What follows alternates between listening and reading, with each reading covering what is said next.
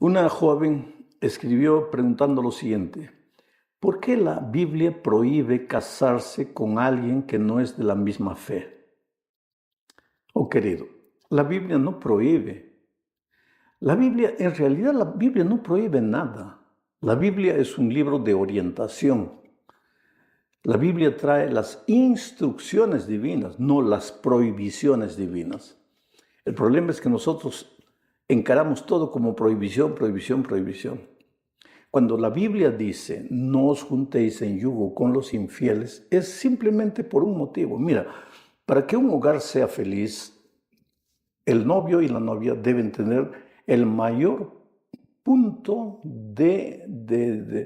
en común en los diferentes aspectos de la vida. La misma cultura, el mismo nivel social, la misma formación, la misma fe, esto es básico. ¿Quiere decir que usted está haciendo discriminación? No estoy diciendo que un rico tiene que casarse con un rico, un pobre tiene que casarse con un pobre. No. Pero para que una pareja sea feliz, tienen que tener el mayor número de puntos en común, especialmente en el asunto de la fe. Ahora, si así mismo, teniendo el mayor número de puntos en común, ya hay dificultades, la vida matrimonial ya es un desafío de adaptación y muchas veces al primer año, al segundo, tercer, cuarto año ya se están separando las parejas. Imagínate cuando no hay puntos en común entre ambos novios y llegaron al matrimonio solo llevados por la atracción física. Especialmente cuando el fundamento de la vida cristiana es la fe. Yo siempre digo, un matrimonio para tener éxito, para ser un matrimonio feliz, no tiene que tener solo dos personas, tiene que tener tres. El hombre, la mujer y Cristo, porque en la medida en que ambos amen a Cristo, se van a amar uno al otro. Pero si uno cree en Jesús y el otro no cree en Jesús, ¿cómo va a funcionar eso? Entonces el consejo divino es, hijo, yo quiero que seas feliz. Trata de buscar una persona que tenga el mayor número de puntos en común contigo, especialmente que tenga la misma fe, que amen al mismo Dios, que sirvan al mismo Dios, que tengan la misma opinión con relación a las instrucciones divinas, porque de otro modo uno va a pensar, este consejo divino es bueno, pero el otro va a pensar, eso es una tontería, y ahí ya comienzan las divergencias. Que Dios te bendiga.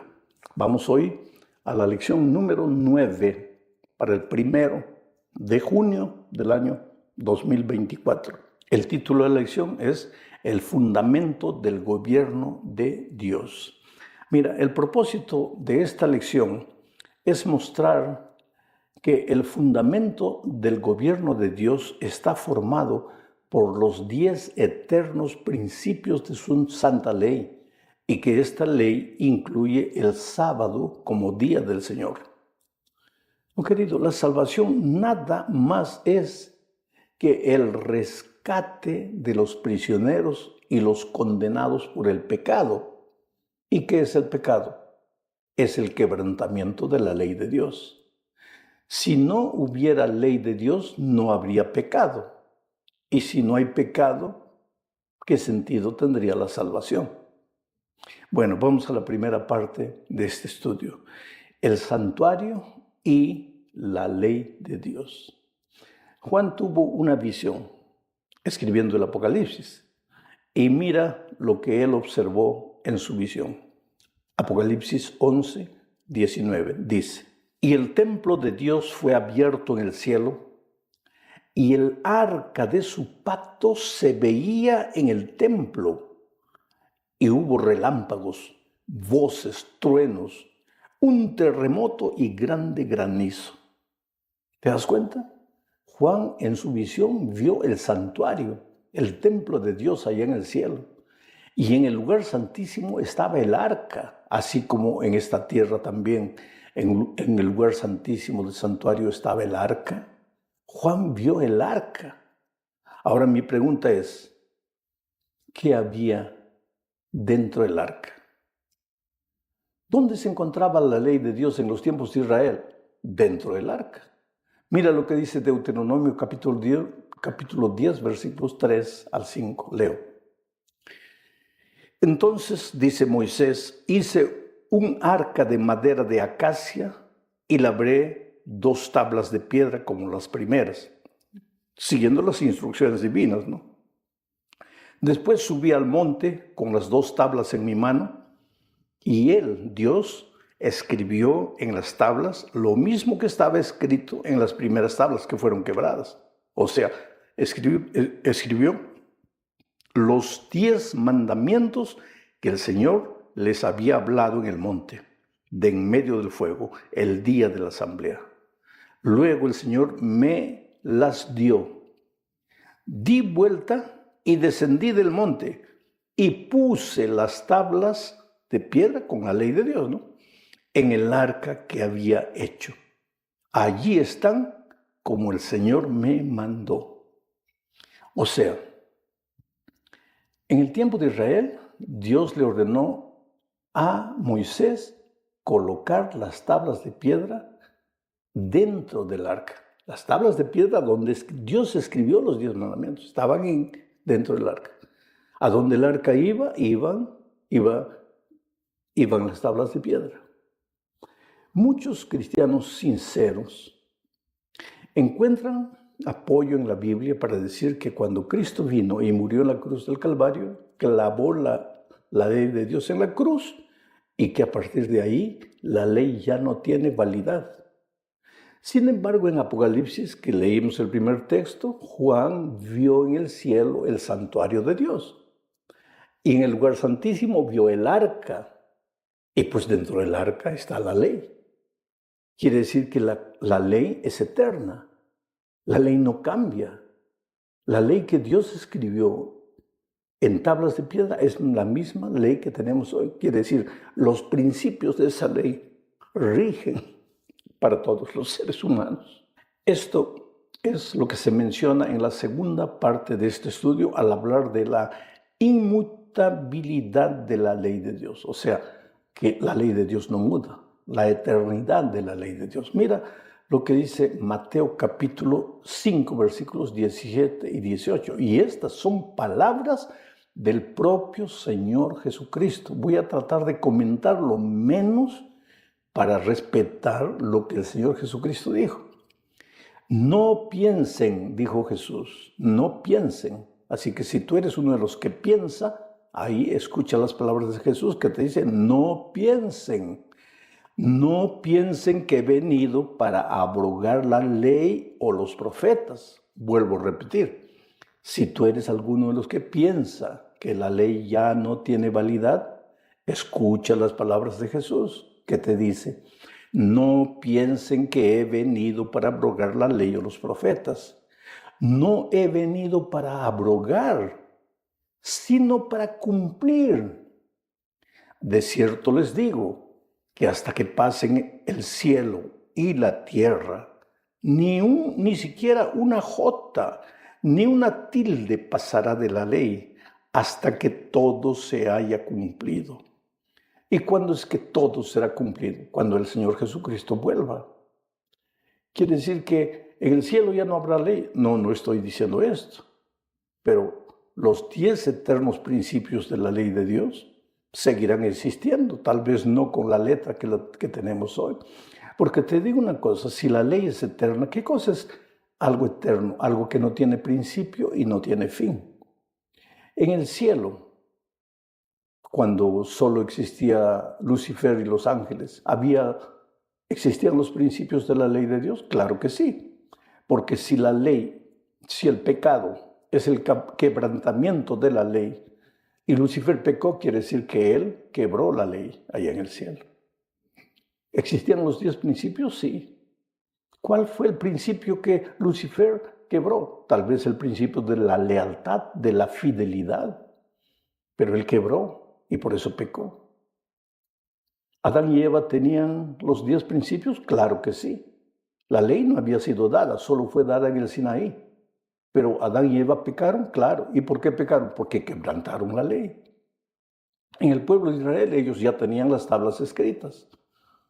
Para el pueblo cristiano queda todavía los principios eternos. Lo vamos a ver un poco más adelante de la ley de Dios.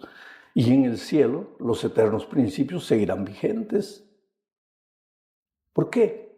Porque la ley de Dios es el reflejo del carácter de Dios. Y si la ley de Dios desaparece, desaparece su reflejo, el reflejo de su carácter. Y si desaparece el carácter de Dios, pues desaparece Dios. No tiene sentido la existencia de Dios sin su carácter, y la ley es el reflejo de su carácter. Voy a leer algo que dijo John Wesley, predicador tremendo, famoso, poderoso del siglo XVIII. John Wesley no era adventista. La iglesia adventista ni había aparecido todavía. Mira lo que John Wesley escribió o escribieron, registraron las palabras de él en una colección de sermones publicada por Nashville TN en la ciudad de Abington, por la Abington Press en el año 1991. Esto que voy a leer está en la página 208 y 209 de ese libro. Dice así: la ley ritual o ceremonial entregada por Moisés a los hijos de Israel, que contenía todos los mandatos y las ordenanzas relacionados con los antiguos sacrificios y el servicio del templo, nuestro Señor verdaderamente vino a destruirla y disolverla y abolirla por completo. Pero la ley moral contenida en los 10 mandamientos e impuesta por los profetas no la eliminó. No fue el designio de su venida revocar ninguna parte de ella. Esta es una ley que nunca puede ser quebrantada. Cada parte de esta ley debe permanecer vigente sobre toda la humanidad y en todas las épocas, ya que no depende ni del tiempo, ni del lugar, ni de ninguna otra circunstancia susceptible de cambio. Estas son palabras de John Wesley, un predicador que no era adventista, pero que encontró en la palabra de Dios la eternidad de la ley de Dios. Ahora mira lo que dice San Pablo en Romanos 7:7. ¿Qué pues diremos? ¿Que la ley es pecado? De ninguna manera. Al contrario, yo no habría conocido el pecado sino por medio de la ley, porque no estaría consciente de la codicia si la ley no dijera no codiciarás. ¿De qué ley está hablando Pablo aquí? ¿En qué ley dice no codiciarás? En la ley de los 10 mandamientos. Y Pablo está diciendo que él no sabría lo que es pecado si no existiría la ley de Dios. Entonces está claro y completa en Romanos 3:31 diciendo: luego, ¿invalidamos la ley por la fe? De ninguna manera. Más bien, confirmamos la ley. O sea, la gracia de Cristo no anula la ley. Somos salvos únicamente por la gracia de Cristo. Pero si hemos sido salvos por la gracia de Cristo, vamos a vivir una vida de obediencia a los 10 eternos principios de su ley, entre los cuales está el sábado.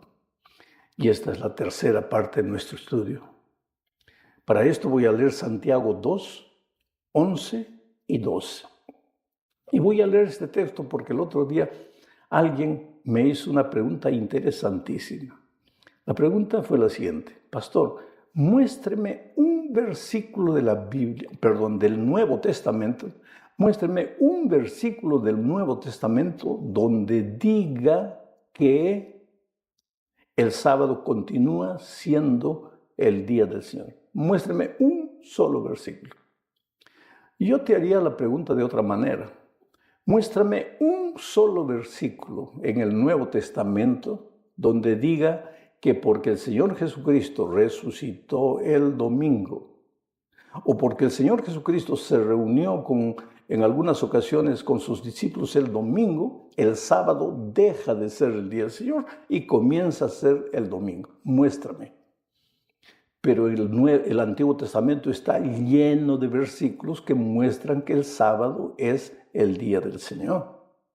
Y ahora mira lo que dice Santiago 2, 10 y 11.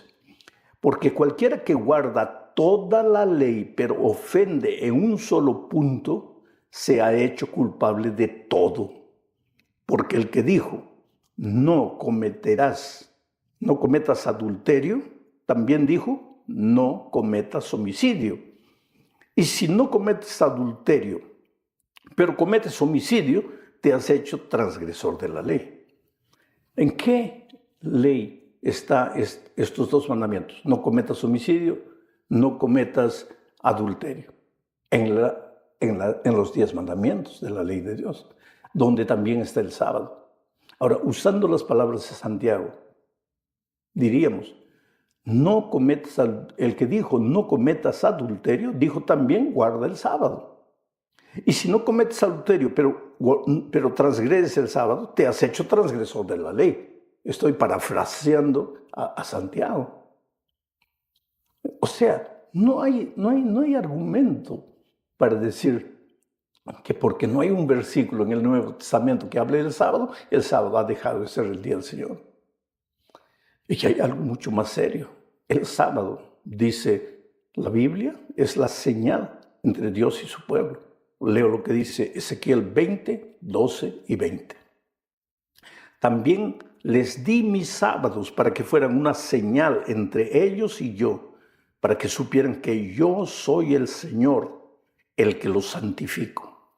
Santifiquen mis sábados y serán una señal entre mí y ustedes, para que se sepa que yo soy el Señor, su Dios.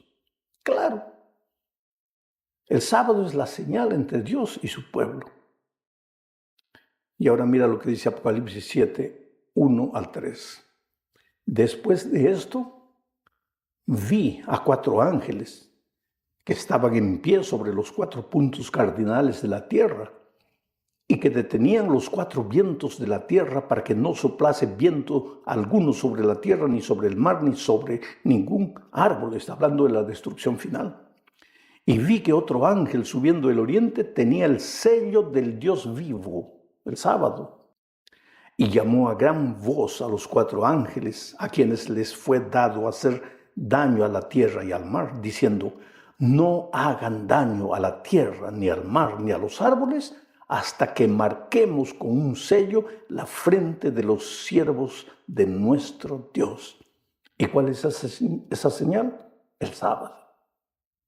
Pero querido, en la parte 4 de este estudio vemos que el diablo también tiene su marca, su señal, su sello. Mira lo que dice Apocalipsis 13, 16 y 17. Y ella está hablando de la bestia, que es uno de los símbolos del enemigo de Dios.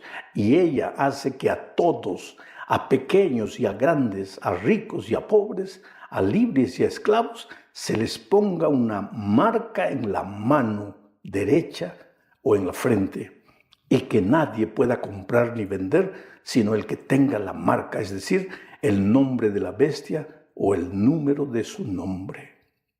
Es interesante que mientras el sello de Dios es colocado en aquel que quiere, en aquel que desea, aquel que acepta, la marca de la bestia es colocado por la fuerza en todas las personas.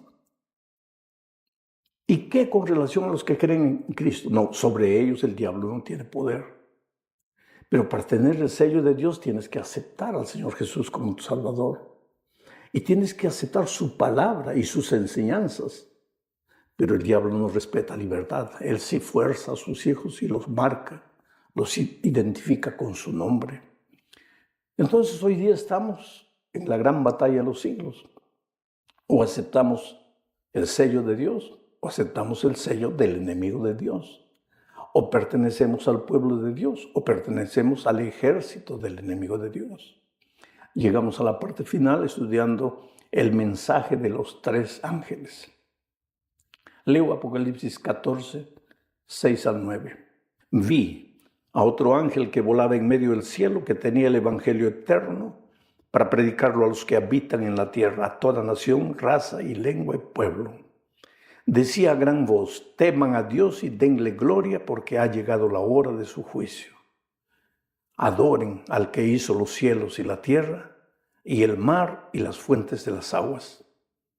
Y siguió otro ángel, un segundo, diciendo: ha caído Babilonia la grande.